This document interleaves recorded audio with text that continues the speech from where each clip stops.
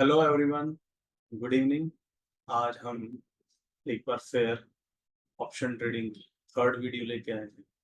जैसा कि हम आपको बता ही रहे हैं कि हम कॉन्सेप्ट को एक्सप्लोर कर रहे हैं और हर दिन कुछ ना कुछ नया सीख रहे हैं। तो आई होप आपको पिछली दो वीडियो में मजा आया होगा।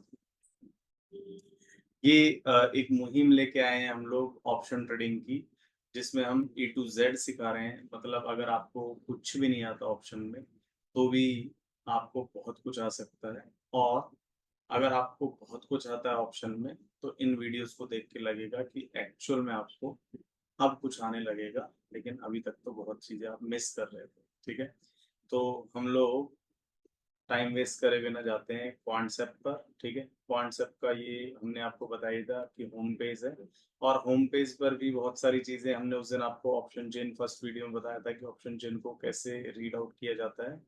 इसके अलावा एक ये है ऑप्शन सिनॉप्सिस। ठीक है, इसमें क्या होता है कि फ्यूचर ओआई के बारे में पता लग जाता है। ये आपको स्टॉक सिलेक्शन में, स्पेशली एफ एंड ओ के स्टॉक सिलेक्शन में बहुत ज़्यादा हेल्प करता है। जैसे आप ये देख सकते हैं, आप सिंजन का, आरईसी का, आईसीआई प्रू का, ठीक है, पीएफसी का, तो इनका ओआई देखिए। यहाँ पर ये प्राइस है इनका, ये प्राइस का परसेंटेज कितना चेंज हुआ है और ये ओआई में कितना चेंज है। तो जनरली इसमें ऐसा माना जाता है कि जिसका प्राइस का परसेंटेज अप हो और उसके ओआई में भी अगर चेंजेस आए हैं, तो वो आपके आ जाते हैं। क्योंकि हमने यहाँ पर ऑल क्लिक कर रखा है, और यहाँ पर एज सच कोई सिंबल को सेलेक्ट नहीं करा है, तो इसलिए सबका आ रहा है। अगर आप यहाँ पर लॉन्ग्स डालेंगे, अगर आप लाइक आप कॉल लवर है या आपको सी देखना पसंद है, तो आप लॉन्ग पे जा सकते हैं। ये लॉन्ग अनवाइंडिंग्स है कि किसमें हमारी लॉन्ग अनवाइंडिंग है। और ये जो सिंबल आता है, ये वाला आप देख रहे हैं यहाँ पर, ये बैन का आता है, यानी कि ये स्टॉक आज के लिए बैन है, तो इसके आप जो है नहीं करेंगे। ये हम जब क्लिक करेंगे तो शॉर्ट्स का है। अब इस शॉर्ट्स में भी आप देखेंगे आईओसी का, जैसे प्राइस 153 यहाँ पर दिख रहा है, और इसका ओआई जो है 1.99 है, जबकि ओआई की पॉइंट ऑफ व्यू पे जेके सीमेंट का ज़्यादा बेटर है, 4 पॉइंट समथिंग का है, और अपोलो टायर का 4.43 है, और ये बाटा इंडिया का 5.21 है। ओह, ये तो निफ्टी आप देख सकते हैं, यहाँ पर ओआई 36.70 है, तो निफ्टी का आप देख सकते हैं, एनएक्सटी 50 का है, टाटा पावर, एलटी का। ये स्टॉक्स आज की डेट में आप देख रहे हैं कि गिर ही रहे हैं। कमिंस का आप देख सकते हैं, आज डेट जो है 24 ऑफ अक्टूबर है, तो इसमें मैं आपको डेट इसलिए मेंशन कर रहा हूँ कि हर दिन स्टॉक्स तो सेम रहते हैं, कभी बढ़ता है कभी गिरता है। माइट भी ये वीडियो आपको एक दिन बाद या 2 दिन बाद मिले, इसलिए मैं जस्ट बता रहा हूँ, है ना। एयू बैंक का देख सकते हैं, यूबीएल का देख सकते हैं, जुबिलियंट फूड का देख सकते हैं 8.65 का। तो इससे हमें स्टॉक सिलेक्शन मिल जाता है। हमें सबसे पहले निफ्टी के डायरेक्शंस देखने पड़ते हैं, अप साइड है या डाउन साइड है। वो आपको हमने कल एक इंस्ट्रूमेंट कराया था, ऑर्डर बुक, तो उससे आपको बहुत हेल्प मिल गई होगी। तो सेकंड, यहाँ से आपको मिल जाता है कि मुझे कौन सी साइड का डायरेक्शन पकड़ना है, यानी कि आपको लॉन्ग में जाना है, शॉर्ट में जाना है, किस साइड में जाना है, ये आपको हेल्प कर देता है टूल। ठीक है, फिर आज जो हम एक्सप्लोर कर रहे हैं गाइस, वो एक डिफरेंट चीज कर रहे हैं। आज का जो एक्सप्लोर करने में है, हम कर रहे हैं आज ये जो यहाँ पर ट्रेडिंग लिखा हुआ है, ठीक है, हमारा एक कैप्शन है यहाँ पर ट्रेडिंग का। तो ट्रेडिंग के जो टूल है, इसमें क्वांट मॉडल्स देखो, ऊपर हेडिंग है, इजी स्ट्रेटेजी लिखी हुई है, स्ट्रेटेजी बिल्डर लिखा हुआ है, और एक क्वांट्स मॉडल। तो क्वांट्स मॉडल को हम आज है ना कोशिश करेंगे 2 से 3 टूल को एक्सप्लोर करने की। तो फर्स्ट है हमारे पास आरपीजी, ठीक है, रिलेटिव परफॉर्मेंस ग्राफ कहते हैं इसको। तो रिलेटिव परफॉर्मेंस ग्राफ में बेसिकली क्या होता है कि हमारे पास 4 बॉक्स बने आते हैं। ठीक है, अगर आपने एमबीए करी हो, या फिर अगर आपने बिजनेस स्टडीज करी हो, पढ़ी हो सब्जेक्ट, तो वहां पर एक आता है स्वॉट analysis, strength, weakness, opportunity and threat. ठीक है, तो उसी टाइप का एक काइंड ऑफ ग्रिड बना आता है यहाँ पर। तो इसमें ना सबसे पहले इनकी हेडिंग्स देख लेते हैं, फिर हम आपको इसके बारे में बताएंगे कि कौन सा क्या है इम्पोर्टेंट। तो ये वीक है, ये प्रोग्रेसिव है, ये स्ट्रॉन्ग है, और ये लगार्ड है। ठीक है, तो जब स्टॉक वीक होता है तो हमें कुछ नहीं करना है फिलहाल। जब यहाँ से वीक से ये अपसाइड जाता है, लेट मी कंप्लीट, मुझे मार्कर यूज करना पड़ेगा, एक सेकंड।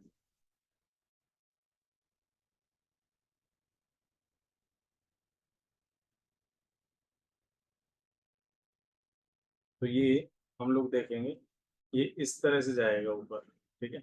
अगर कोई भी स्टॉक वीक से प्रोग्रेसिव पे जा रहा है तो इसका मतलब हमें लॉन्ग करना है वहां पर। तो ये अगर आप बिल्कुल ही मतलब कई बार प्रॉब्लम क्या आती है इंडियन मार्केट में स्पेशली कि 9:15 पे मार्केट ओपन होता है, 3:30 पे मार्केट क्लोज हो जाता है। एक शॉर्ट टर्म टाइम स्पेन में हमें ये नहीं पता लगता है कि कौन सा बाय करना है, कौन सा सेल करना है।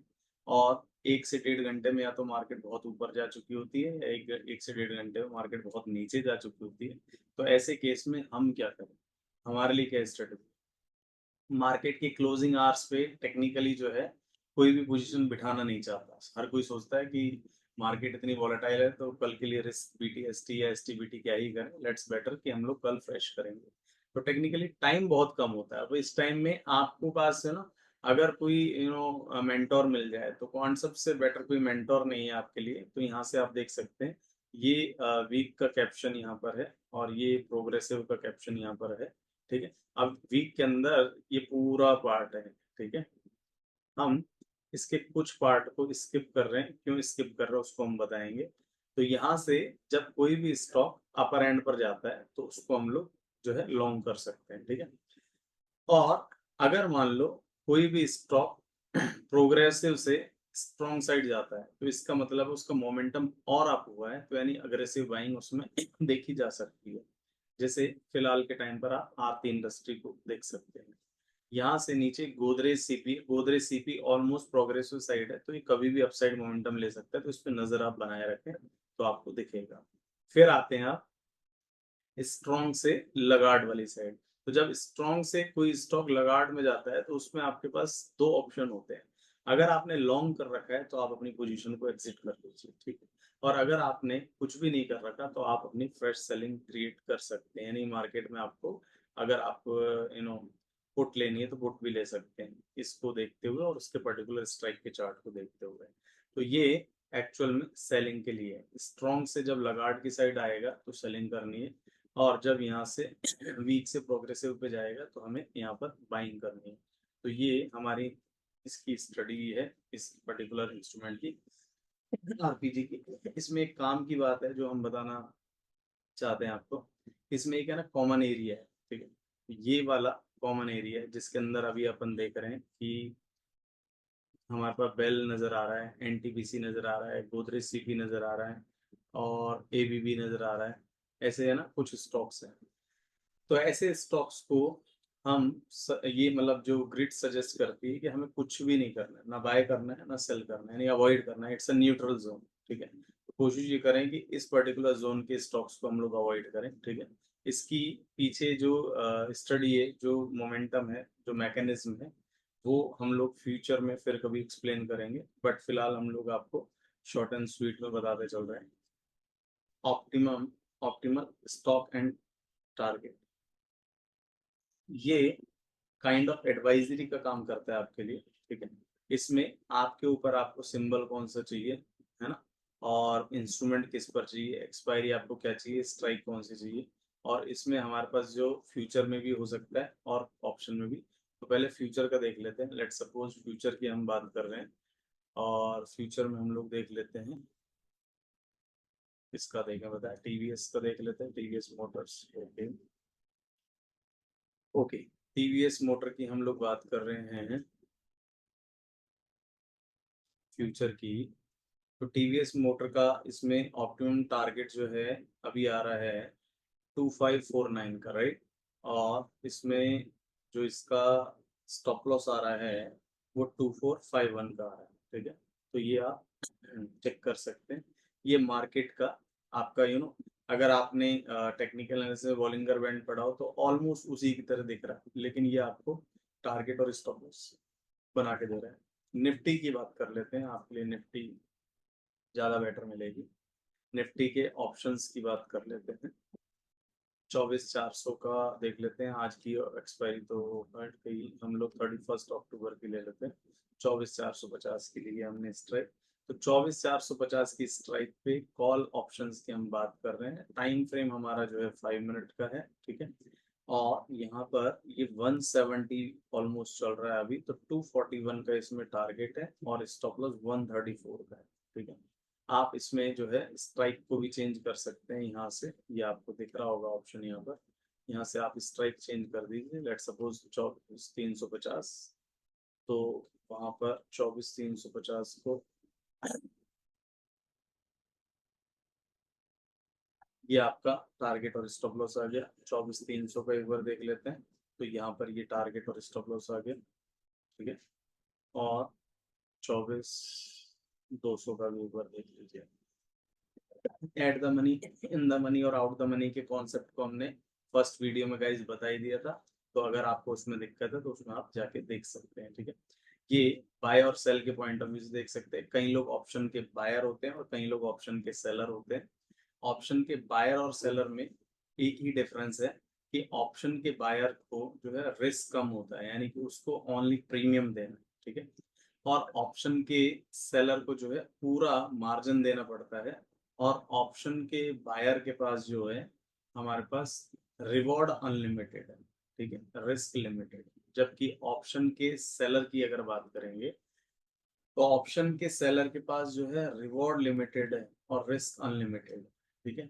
लेकिन ऐसा भी कहा जाता है कि दुनिया के बड़े जो ऑप्शन ट्रेडर्स होते हैं वो ऑप्शन सेल करके ज्यादा बेनिफिट ले पाते हैं, ऑप्शन बाय करके उनको कम बेनिफिट होता है, ठीक है।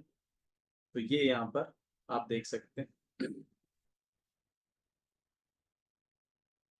कंजिक्यूटिव बेस पर है, मॉडरेट बेस पर भी देख सकते हैं। देखो कंजिक्यूटिव पर 438, यानी कि आप ये कैसे शॉर्ट टर्म स्पैन। मॉडरेट के पॉइंट से 488 का आपका टारगेट निकल जा रहा है, और अग्रेसिव के बात पे करेंगे तो 516 का। तो डिफरेंट डिफरेंट दिए गए हैं। इंट्राडे पॉइंट पर आई सजेस्ट कि आपको कंजिक्यूटिव बेसिस पे करना है, ये आपके लिए ज्यादा। सो आज के लिए इतना ही। Thank you so much, I hope आपको वीडियो अच्छा लगा होगा।